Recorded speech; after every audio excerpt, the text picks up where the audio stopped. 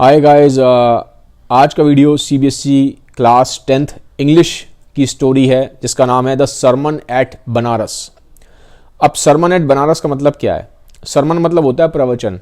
Banaras India का एक शहर है, यूपी में बनारस। तो फर्स्ट टाइम जब भगवान बुद्ध को मोक्ष मिला तो उन्होंने जब फर्स्ट टाइम प्रवचन दिया था वो दिया था बनारस सिटी में। तो उसी के ऊपर पूरी ये स्टोरी है। वो बहुत ही इंटरेस्टिंग स्टोरी है, ध्यान से सुनिएगा। आगे बढ़ने से पहले मैं थोड़ा सा आपको भगवान बुद्ध के बारे में बताता हूँ। उनका बचपन कैसा था, उनकी लाइफ कैसी थी, थोड़ा बताता हूँ, आपको आइडिया देता हूँ। जो भगवान बुद्ध थे ये पैदा हुए थे नेपाल में। इनके पैदा होने से पहले इनकी माता को ना सपना आया था एक वाइट एलिफेंट का। तो वाइट एलिफेंट उस टाइम बहुत ही अच्छा वो माना जाता था कि अच्छा शगुन है। और जब ये पैदा हुए तो उस टाइम के जो एस्ट्रोलॉजर और स्कॉलर्स थे उन्होंने बोला इनके फादर को कि इनके फादर राजा थे, ठीक है, ये राजा के घर में पैदा हुए थे। तो एस्ट्रोलॉजर्स ने इनके फादर को बोला कि ये आपका जो लड़का हुआ है ये आगे जाके या तो बहुत बड़ा किंग बनेगा या एक सन्यासी बनेगा। तो इनके फादर ने पूरी कोशिश करी कि ये आगे जाके कभी भी सन्यासी ना बने। इनके बचपन का नाम रखा गया सिद्धार्थ, ठीक है, सिद्धार्थ नाम रखा गया। और इनके फादर ने ना इनको एक ऐसा वर्ल्ड दिखाया जो कि परफेक्ट वर्ल्ड था। क्योंकि देखो, इनके फादर चाहते थे कि ये राजा बने, वो नहीं चाहते थे कि ये कहीं से भी सन्यासी बने, एक मॉन्क बने। तो उसके लिए उन्होंने क्या किया, उन्होंने इनको हर चीज़ परफेक्ट दिखाई कि फ्लावर्स भी जो इनके घर में, मत सोचो आप, जो बगीचे में फ्लावर भी होते थे ना, रोज रात को चेंज कर देते थे ताकि सुबह फ्लावर मुरझाया हुआ दिखाई ना दे जाए। हर चीज़ एकदम परफेक्ट।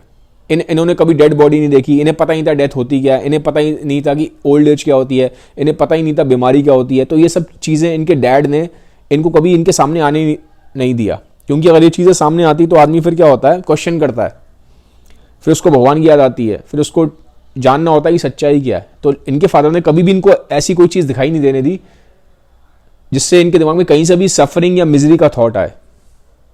इनको एक परफेक्ट वर्ल्ड दिखाया हमेशा, महल की चार दीवारी के अंदर। अब एक दिन क्या हुआ, फिर जब ये बड़े हुए, इनकी शादी हो गई, शादी हुई, इनको लड़का भी हुआ, एक राहुल था उसका नाम। तो अब इनके फादर को पक्का यकीन हो गया, अब तो ये मटेरियलिस्टिक वर्ल्ड में फंस गया है, इसकी बीवी भी है, इसके बच्चा भी है, अब तो ये कभी भी सन्यासी बनेगा नहीं, राजा ही बनेगा, पूरा यकीन हो गया।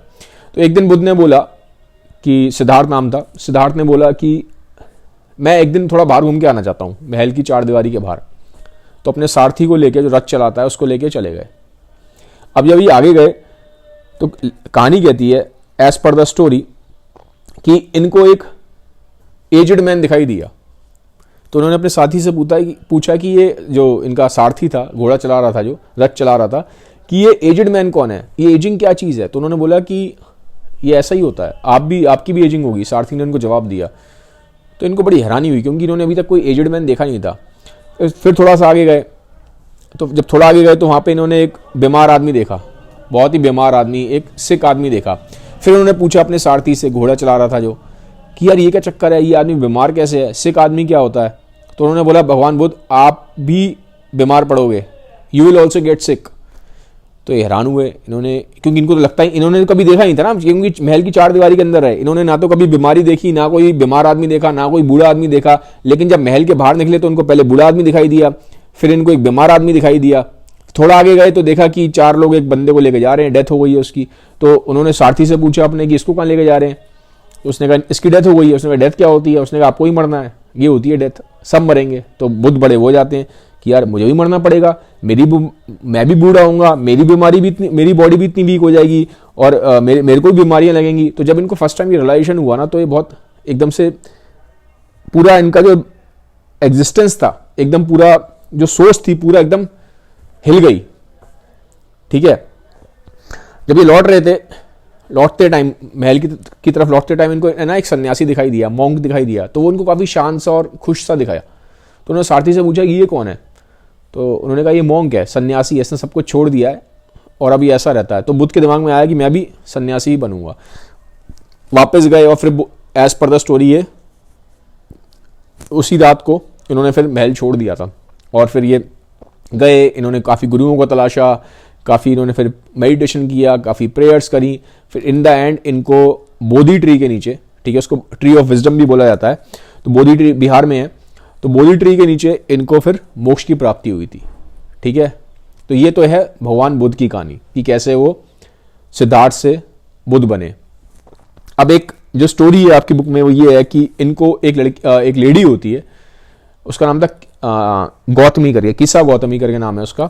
तो जो गौतमी है उसका लड़का मर जाता है, तो वो बहुत परेशान होती है, सबसे कहती है मेरे लड़के को जिंदा करो, मेरे लड़के को भी जिंदा कर दो, मेरा लड़का मर गया है। तो लोग कहते हैं भाई अब तेरा लड़का मर गया, इसे कोई जिंदा नहीं कर सकता, सिर्फ एक ही आदमी के पास इसका इलाज है, वो है भगवान बुद्ध, तू भगवान बुद्ध के पास जा।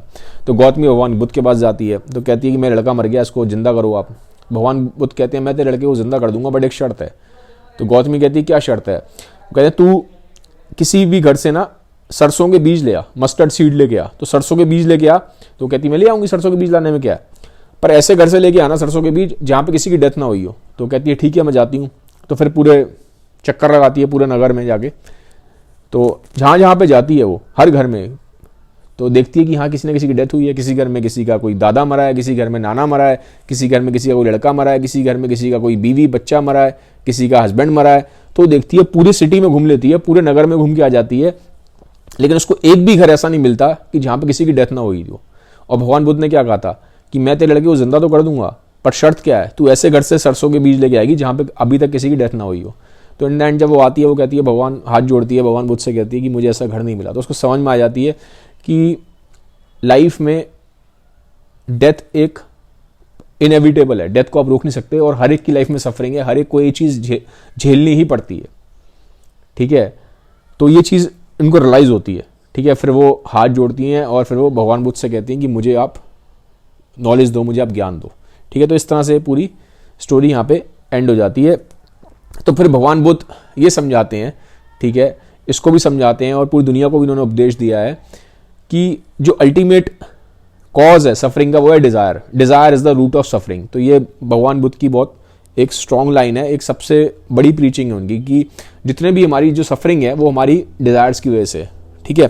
तो भगवान बुद्ध ने ये भी बोला कि जब ये अगर आपको शांति चाहिए, पीस ऑफ माइंड चाहिए, तो आप ये अपने अंदर से कंप्लेन करना और बहुत दुखी रहने की टेंडेंसी इनको निकाल के बाहर फेंको, तभी आपको पीस ऑफ माइंड मिलेगा। और जो हम कंटिन्यूस डिज़ायर्स करते रहते हैं इनको भी आपको निकालना पड़ेगा, क्योंकि desire is the root cause of all suffering as पर लॉर्ड बुद्धा।